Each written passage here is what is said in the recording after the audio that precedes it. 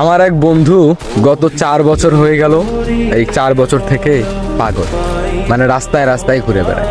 কিন্তু যখন দেখা হয় তখন মানে যত দূর থেকেই দেখুক না কেন দৌড়ে আসবে, এসে জড়ায় ধরে বলবে মাম্মা মাম্মা কি খবর, কেমন আছো।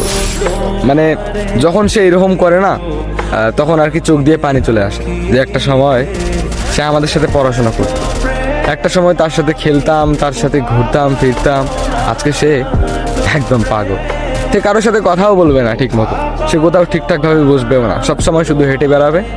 আর যাদেরকে চেনে মানে যাদেরকে খুব কাছের মনে করে তাদেরকে দেখলেই দৌড়ে গিয়ে জড়িয়ে ধরবে।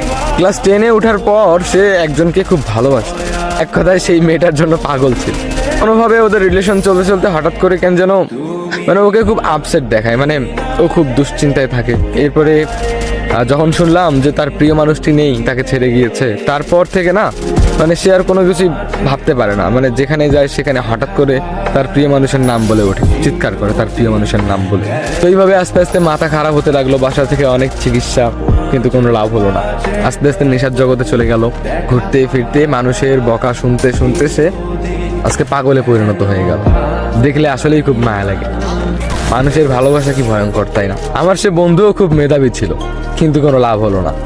আসলে নারী খুব ভয়ঙ্কর। তো আমার সেই বন্ধুকে দেখে না এগুলো মনে পড়ে গেল। যাই হোক,